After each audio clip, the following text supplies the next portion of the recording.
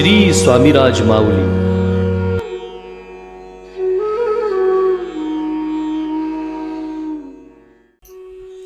श्री स्वामी समर्थ महाराजांचा सहवास लाभलेल्या भाग्यवंतांच्या हस्ते ज्या काही रचना झाल्या त्याला आपण मूळ म्हटलेलं आहे. आणि आपल्या या चॅनलवरती मूळ रचनांना जास्ती भर असतो. तरी भक्तगणाओ, आजचे जे रचयिता आहेत त्याला अपवाद आहेत.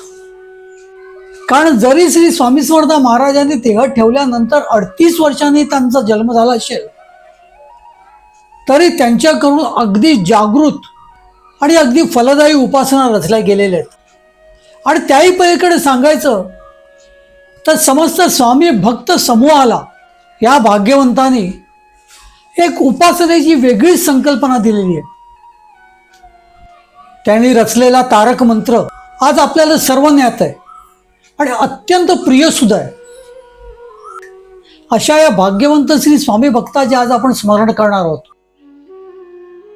स्वामी कृपेने ही बोलत सेवाणी, नभे माझी करणी बोलवया. स्वामी सूत म्हणे स्वामीची कथा, कृपा बळे वार्ता बोलतसे. श्री स्वामी समर्थ महाराजांची उपासना करायची तर ती मनसोक्तपणे आपली उपासना महाराजांपर्यंत पोचावी असं सर्वांनाच वाटत असतं. आणि त्यामुळे सर्व भक्त तेवढे सशंक सुद्धा असतात. त्यांच्या मनात एक शंका असते की आपली उपासना महाराजांपर्यंत पोचते की नाही. आणि मग ते स्वामी समर्थ महाराजांची पूजा रचतात. अगदी सत्यनारायणाची पूजा केल्यासारखी पूजा रचतात. भरपूर पूजेचं साहित्य आणलं जातं. याज्ञिकांना भरपूर दक्षिणा सुद्धा दिली जाते. आणि ही पूजा करून झाल्यानंतर सुद्धा समस्त भक्तगण तृप्त होत नाहीत. कारण आपलं मन तिथे नसतं. आपण सगळं महागडं साहित्य आणलेलं असतं. आपण भटजीबुवांना त्यांनी सांगितलेली दक्षिणा सुद्धा दिलेली असते. कुठेही काटकसर न करता आपण पूजेला बसलेलो असतो. पण आपलं मन तिथे लागत नाही. कारणं वेगवेगळी असू शकतील. आपल्याकडे असलेला कामाचा व्याप म्हणा किंवा इतर आपल्या चिंता विवंचना असतील. आणि ह्या सगळ्यातून आपल्याला विश्वनाथ दामोदर वराड पांड्यांनी मुक्त केलेलं आहे. कारण त्यांनी आपल्याला दिलेली आहे मानस पूजा. मनापासून मनसोक्तपणे स्वामी महाराजांशी अगदी एकरूप होऊन केलेली पूजा म्हणजे ती मानस पूजा. आणि समस्त भक्तगणांचं मन या विश्वनाथ पंतांनी मानस पूजेकडे मन वळवलेलं आहे. बरं, एवढ्यावरती ते थांबले नाहीत. मानस पूजा म्हणजे आपल्या मनाने केलेली पूजा. पण कधी कधी आपल्याला मन सुद्धा सतावत असतं. आपल्याला मनसोक्तपणे आपण जे करतोय ते करूनच देत नाही. मग ती पूजा जरी असली तरी सुद्धा तसंच. आणि म्हणून या मनाला शांत करण्यासाठी विश्वनाथ पंतांनी तारक मंत्र सुद्धा आपल्याला सांगितलेलं आहे. हे तारक मंत्र आपण आपल्या मनाला सांगायचे, आपल्या मनाला शांत करायचे आणि मग या मानस पूजेला सुरुवात करायची. एक काही रुपयाचा खर्च नाही, याज्ञिकाची दक्षिणा सुद्धा नाही. पण त्याही पलीकडची ही पूजा, त्याही पलीकडची ही प्रार्थना, कारण ती मनसोक्तपणे मनापासून केलेली असते. श्री स्वामी समर्थ महाराजांकडे आपलं मन आपण एकाग्र करून केलेली असते. त्याच्यासारखी पूजा नाही. अत्यंत श्रेष्ठ अशी ही पूजा म्हणजे मानस पूजा. आणि ही पूजा आपल्याला दिली ती नागपूरच्या विश्वनाथ दामोदर वराड पांड्यांनी. भक्तगण, आज आपण त्या विश्वनाथ दामोदर वराड पांड्यांच्या चरित्राचा वेध घेणार आहोत. आपण त्यांचं स्मरण करणार आहोत. 1916 साली त्यांच्या आजोळी नाशिक येथे जन्म झाला. आई वडील धार्मिक वृत्तीचे, त्यामुळे त्यांच्यावरती संस्कार अत्यंत चांगले घडले. त्यामुळे देवधर्म हा ह्या घरामध्ये चालतच असायचा, फार पूर्वपार चालत आलेला आहे. आई वडिलांच्या अशा उत्तम तालमीमध्ये विश्वनाथ हळूहळू मोठे होत होते. नागपूरच्या न्यू इंग्लिश हायस्कूलमध्ये 1934 साली ते मॅट्रिकची परीक्षा उत्तीर्ण झाले.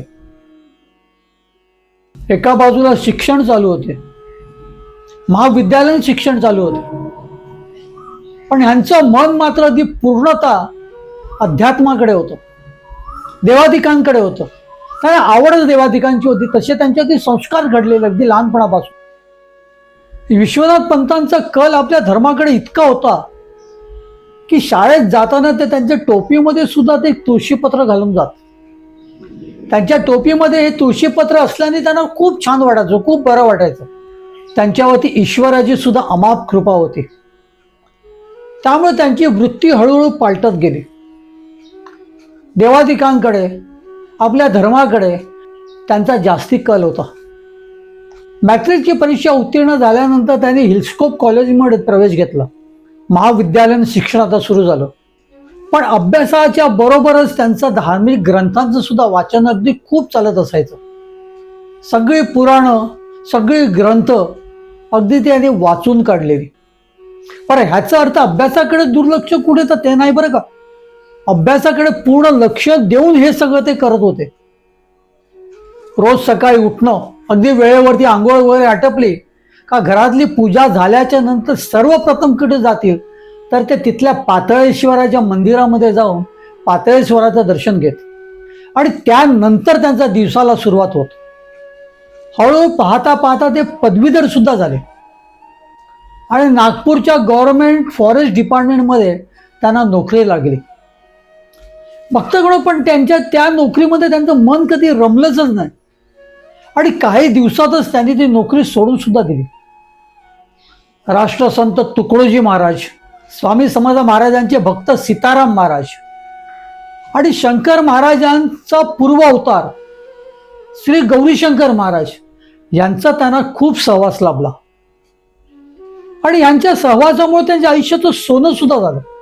विश्वनाथ पंतांचे आचार विचार सगळं वेगळंच हो, अगदी वेगळं.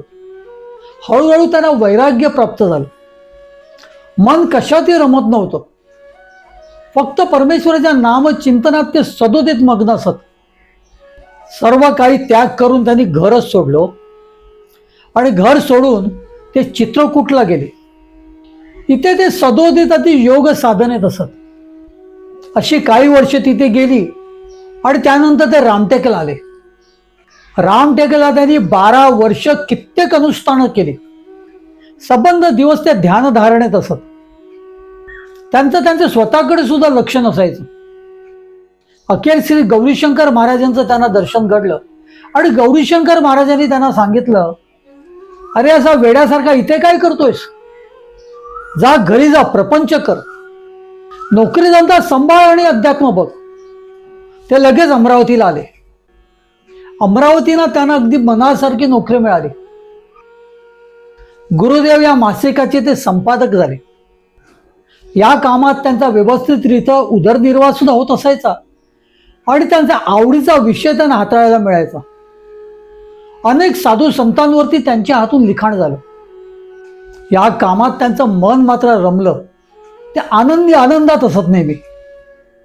पुढे त्यांना महाराष्ट्र सरकारची माहिती व जनसंपर्क विभागामध्ये ट्रान्सलेटरची नोकरी मिळाली. ही नोकरी करत असता त्यांनी प्रसाद या एका अंकाचं सुद्धा संपादन केलं.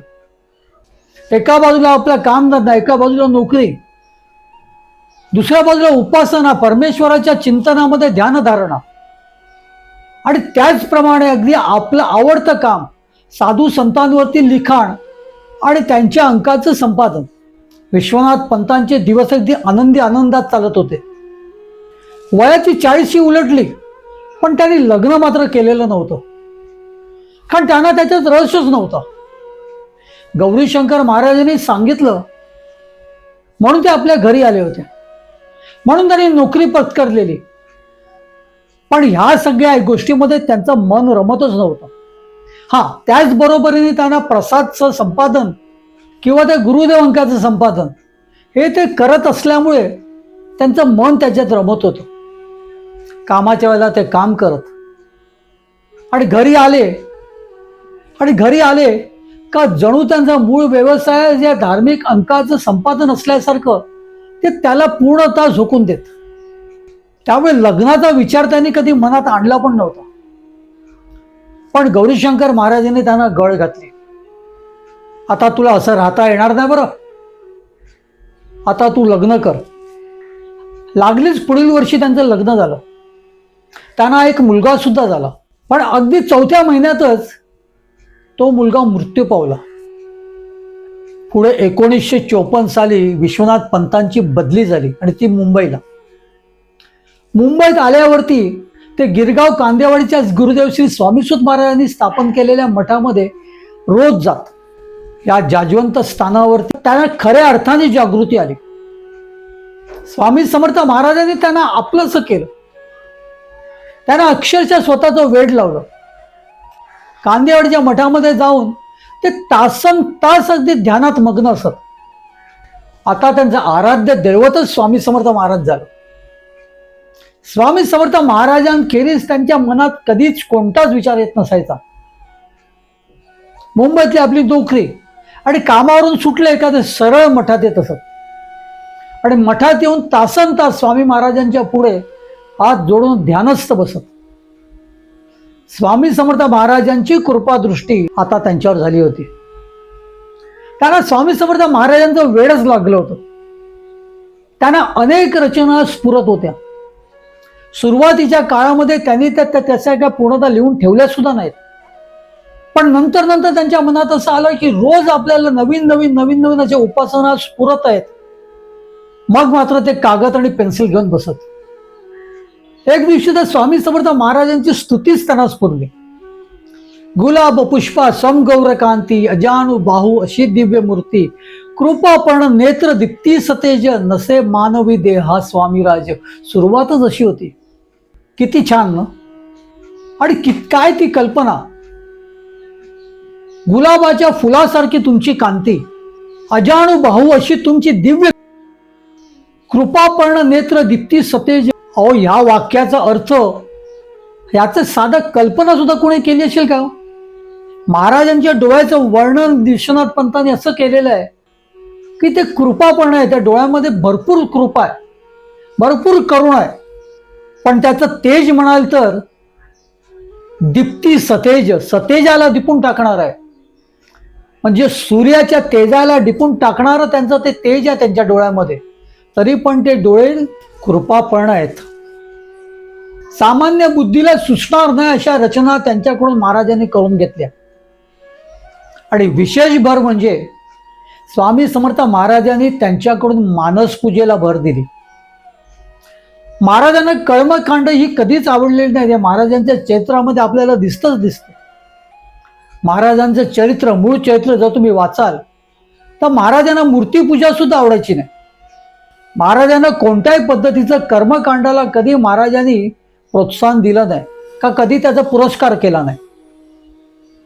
आणि म्हणूनच मानस पूजा ही अगदी उत्तम उपासना, ही अगदी उत्तम रचना स्वामी समर्थ महाराजांनी या विश्वनाथ वराड पांडेंकडून करून घेतली. आज ती खूप प्रचलित आहे, खूप प्रचलित आहे. स्वामी समर्थ महाराजांवरती संपूर्ण पूर्णता अगदी दही दुधाच्या अभिषेकापर्यंत ती आहे. महाराजांचा प्रसाद आहे. महाराजांना आपण पुरणपोळी देतोय, सगळं काय, सर्व काय त्याच्यामध्ये आहे. बरं, ह्या सगळ्या गोष्टी आणण्याची गरज नाही बरं का. कारण आणून सुद्धा आपलं मनच तिथे लागलं नसेल तर काय त्याचा फायदा. आणि हे मनाने केलेली पूजा आहे ती सर्वश्रेष्ठ आहे. असंच महाराजांनी जणू आपल्या सर्वांना सुचवलेलं आहे. आणि अशा वेळेला आपलं मन तर आपल्याला सतावणारच. म्हणून विश्वनाथ पंतांना स्वामी महाराजांच्या कृपेने तारक मंत्र सुद्धा स्फुरलं. या तारक मंत्रावरती आपण एक एपिसोड केलेलाच आहे, खाली लिंक देतोय त्याची. आणि तेव्हा मी सांगितलेलं आहे ही तारक मंत्र ही उपासना नाहीये, पण उपासना करण्याची ती सुरुवात आहे किंवा ती तयारी आहे. आपल्याला प्रत्येक गोष्टीची तयारी करावी लागते. और खाली नुसतं वाण्याकडे जायचं असेल तर पिशवी, पैसे वगैरे सगळे घ्यावेच लागतात नाही का. तेवढी ती पूर्णतः तयारी केल्याशिवाय आपण वाण्याकडे सुद्धा आपण जात नाही. इथे तर प्रत्यक्ष स्वामी समर्थ महाराजांच्या पुढ्यात बसून महाराजांचं पूजन करायचे, मग त्याची तयारी नसेल का? आणि त्याची तयारी विश्वनाथ पंतांनी कशी सांगितलेली आहे? तर मनाची शांती करून. कारण ते मन तुम्हाला सत्वत असेल तर कर्मकांडाची पूजा करा किंवा मानस पूजा करा. ती पूजा कशी काय महाराजांपर्यंत पोहोचेल? आणि म्हणूनच विश्वनाथ पंतांनी आपल्याला तारक मंत्र सांगितलेला आहे. मनाला तारलत तर उपासनामध्ये तुम्हाला महाराज तरतील, तुम्ही तरले जाल. निशंक हो, निर्भय हो मनारे, प्रचंड स्वामी बळ पाठीशी रे, अतर्क्य अवधूत हे स्मर तुगा आम्ही, अशक्य ही शक्य करतील स्वामी. अशी हा तारक मंत्राची सुरुवात आहे. भक्तगण, आपल्या मनाला आपल्याला सांगायचं आहे की आता अजिबात कोणावरती संशय घेऊ नकोस, कारण मन हे भयंकर हरामखोर असतो. आपल्याला काही म्हणून करून देत नाही. आणि अशा वेळेला मनाला शांत करूनच महाराजांच्या पुढ्यात बसणं योग्य आहे आणि खरोखर ते गरजेचं आहे. विश्वनाथ पंतांनी आपल्याला फक्त मानस पूजा दिली नाही, तर मानस पूजा अगदी महाराजांपर्यंत व्यवस्थितरित्या पोचावी. आपलं मन तिथे अगदी व्यवस्थित तिथे लागावं. मनसोक्तपणे आपल्याकडून ते मानस पूजा व्हावी म्हणून सर्वप्रथम मन शांत करण्याचं सुद्धा मंत्र दिलेलं आहे. श्री स्वामी समर्थ महाराजांचं ते तारक मंत्र आहे. त्यांनी अनेक रचना केल्या, अनेक रचना. त्यातल्या काही खूप लोकप्रिय झाल्या, तर काही अजून लोकांना माहिती सुद्धा नाहीये. त्यांनी स्वतःच्या हयातीमध्ये कृपा प्रसाद नावाचं एक छोटं पुस्तक सुद्धा छापलं आणि ते पुस्तक सर्वत्र अगदी विनामूल्य वाटली पुस्तकं. पण एवढं सगुण थांबले नाहीत ते, तर त्या पुस्तकावरती स्वतःचा हक्क सुद्धा गाजवला नाही. अगदी कोणीही त्याच्या प्रती काढाव्यात, काही बदल न करता मात्र, आणि त्या वाटाव्यात. आणि अशामुळे विश्वनाथ पंतांच्या सर्व रचना लोकप्रिय झाल्या. अनेक मठांमध्ये त्या बोलू लागली लोक. अनेक मठांमध्ये तिथल्या सामुदायिक उपासनेचा तो एक भाग झाला. कितीतरी स्वामी समर्थ महाराजांच्या मठामध्ये विश्वनाथ पंतांना बोलवून त्यांचा सत्कार झालेला आहे, त्यांना प्रसाद दिलेला आहे. सेवानिवृत्त झाल्यानंतर विश्वनाथ पंत पुन्हा नागपुरात आपल्या घरी गेले. तिथे जाऊन त्यांनी त्यांचं ते स्वामी समर्थ महाराजांवरचं लिखाण चालूच ठेवलं. त्याला खंड पडू दिला नाही, अगदी अखेरच्या श्वासापर्यंत नाही. आज सुद्धा मधुकरराव त्यांचे जे भाऊ आहेत ते त्यांच्याबद्दल बोलताना त्यांचा अगदी कंठ दाटून येतो. ही सगळी माहिती आम्ही त्यांच्याकडूनच मिळवलेली आहे. विश्वनाथ पंतांच्या रचना सर्वत्र अगदी खूप प्रकाशात आल्या, लोकप्रिय झाल्या. अनेक ठिकाणी त्यांच्या उपासनेचा त्या भाग झाल्या. विशेषतः तारक मंत्र आणि मानस पूजा आणि स्वामी स्तुती सुद्धा 1 नोव्हेंबर 1992 साली विश्वनाथ पंतांनी अखेरचा श्वास घेतला. आपला देह त्यांनी श्री स्वामी चरणी विलीन केला. आज विश्वनाथ पंत आपल्याकडे देहास्वरूपी नाही आहेत, पण ते आपल्यातून गेले सुद्धा नाही आहेत. कारण त्यांनी केलेल्या रचना, त्यांनी रचलेली स्वामी समर्थ महाराजांची उपासना, त्यांनी रचलेली मानस पूजा ही अत्यंत फलदायी आहे. एकदा तारक मंत्र म्हणून आपल्या मनाला शांत करावं आणि स्वामी महाराजांच्या जवळ आपला आसन मांडावं. मनसोक्तपणे उपासना करावी आणि महाराजांकडे हात पसरावा. तुमची ओंजळी महाराज भरल्याशिवाय राहतच नाहीत. आणि म्हणूनच भक्तगण, हे नागपूरचे विश्वनाथ दामोदर वराड पांडे आज सुद्धा आपल्यात आहेत. त्यांनी आपला देह स्वामी चरणी विलीन केला असला तरी त्यांच्या विविध रचनाच्या द्वारे ते आपल्यामध्ये आहेत. त्यांनी आपल्याला एक उपासनेची एक संकल्पना सांगितलेली आहे, मानस पूजेची. त्यामुळे आपली उपासना अगदी सुलभ झालेली आहे. कुठेही बसून स्वामी महाराजांकडे मन लावून आपण ती उपासना करू शकतो. गरज नाही आपण महाराजांच्या फोटो समोर आपल्या घरात महाराजांकडे दिवाबत्ती करूनच बसावं, किंवा गरज नाही की सर्व साहित्य आणून याज्ञिकाला पैसे देऊन त्याची दक्षिणा देऊन एखादी मोठी पूजा घालावी. काही गरज नाही. गरज ही एवढीच आहे की आपण आपल्या मनाला शांत करावं आणि मनसोक्तपणे महाराजांकडे हात जोडावे आणि मानस पूजा करावी. कुठेही कधीही तुम्ही महाराजांची मनसोक्तपणे पूजा करू शकता, महाराजांना अभिषेक घालू शकता, महाराजांना नाना प्रकारचं नैवेद्य अर्पण करू शकता, महाराजांची आरती सुद्धा करू शकता. सर्व काय मनाने आधी महाराजांकडे एकरूप होऊन मन जराही विचलित न होऊ देता, आणि ते फक्त मानस पूजेमध्येच शक्य आहे. भक्तगण, विश्वनाथ दामोदर वराड पांडे यांनी आपल्या उपासनेला एक वेगळीच संकल्पना दाखवली आणि त्यामुळे आपल्या समस्त स्वामी भक्तांची स्वामी उपासना फार सुलभ झालेली आहे. आणि ज्या ज्या वेळेला आपण तारक मंत्र म्हणतो, ज्या ज्या वेळेला आपण स्वामी समर्थ महाराजांची मानस पूजा करतो, ज्या ज्या वेळेला आपण श्री स्वामी समर्थ महाराजांची स्तुती करतो, त्या त्या वेळेला आपल्याला विश्वनाथ दामोदर वराड पांडे हा भाग्यवान स्वामी भक्त सुद्धा आठवतो. भक्तगण, खरंच स्वामी समर्थ महाराजांनी प्रत्यक्ष देहस्वरूपीत हयातीत असताना अनेक भक्तांच्या द्वारे अनेक रचना करून घेतल्या. श्री स्वामीसुत महाराज आहेत, श्री आनंदनाथ महाराज आहेत, श्री उद्धव महाराज आहेत, असे कितीतरी लोकांकडून प्रासादिक रचना रचून घेतल्या, ज्यांना आपण मूळच बोलतो. पण विश्वनाथ दामोदर वराड पांडेंनी केलेल्या रचना या प्रत्यक्ष देहस्वरूपामध्ये स्वामी समर्थ महाराज अक्कलकोटमध्ये नांदत असताना त्यांना आज्ञा होऊन त्या घडल्या नसतील, पण निश्चितच त्या अत्यंत प्रासादिक आहेत, अत्यंत प्रासादिक आहेत. आपल्या चॅनलवर आपण मूळला जास्ती महत्त्व देतो आणि असं असून सुद्धा आज आपण विश्वनाथ दामोदर वराड पांडेंच्या रचनांबद्दल बोलतो, त्यांच्याबद्दल बोलतो, त्यांचं स्मरण करतो. त्या रचना अत्यंत फलदायी आहेत आणि महाराजांनी देह ठेवल्यानंतर जरी घडल्या असतील तरी प्रत्यक्ष स्वामी समर्थ महाराजांनी त्यांच्याकडून करून घेतल्याखेरीज इतक्या प्रासादिक रचना होणं शक्य नाही. तेव्हा भक्तगण, श्री स्वामी समर्थ महाराजांचं स्मरण करूया, श्री स्वामी समर्थ भक्त विश्वनाथ पंतांचं सुद्धा आपण स्मरण करूया आणि हात जोडून म्हणूया, श्री स्वामी समर्थ, श्री स्वामी समर्थ, श्री स्वामी समर्थ.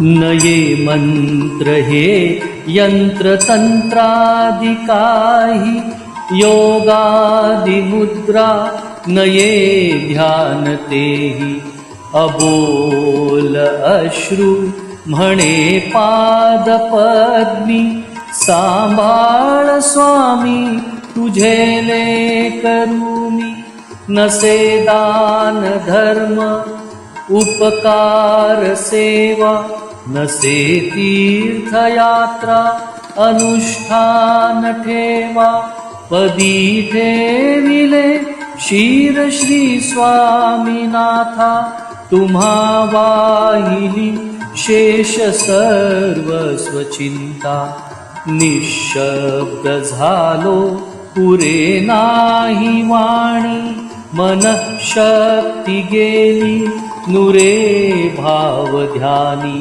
नको वंचना प्रार्थना अर्चनेची, स्वामी तुम्हा आन माझ्या जीवाची, सुसह्यता भक्तीच्या जीवनिया, ही हाक स्वामी कानी पडू द्या, अहो स्मरणगामी या एक नामी, तुझी हाकना ये बहुशीण लोमी, तुम्हा वीण जाणेल का स्वामी कोणी, कथा ही व्यथा जीवनाची कहाणी, घडली न भक्ती महादुःख हेची, करा पूर्ण ही शेष इच्छा जीवाची,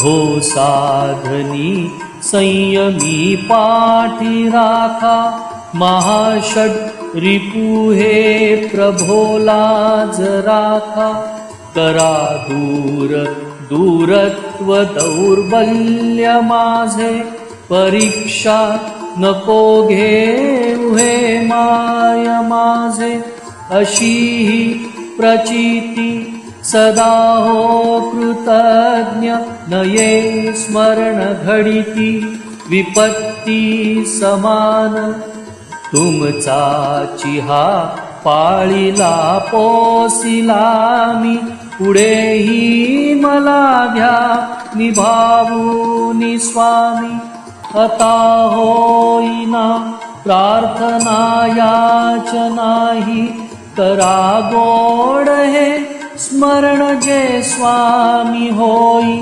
म्हणे विश्वनाथ धरणे धरून कृपेनेच या सर्व काही करून कृपेनेच या सर्व काही करून कृपेनेच या सर्व काही करुणी. श्री स्वामी समर्थ, श्री स्वामी समर्थ, श्री स्वामी समर्थ. स्वामी देई हेची दान नित्य चरणाचे दर्शन चरणाचे दर्शन नित्य चरणाचे दर्शन मज नको धन दारा तुझ्या चरणी द्यावा थारा चरणी द्यावा थारा तुझ्या चरणी द्यावा थारा मज ठेवावे भिकारी सुखे करीन चाकरी सुखे करीन चाकरी तुझे नाम माझी जोड मुखी राहो तेची गोड राहो तेची गोड मुखी राहो तेची गोड स्वामी देई हेची दान नित्य चरणाचे दर्शन चरणाचे दर्शन नित्य चरणाचे दर्शन तुझ्या चरणी माझा माथा ऐसे करी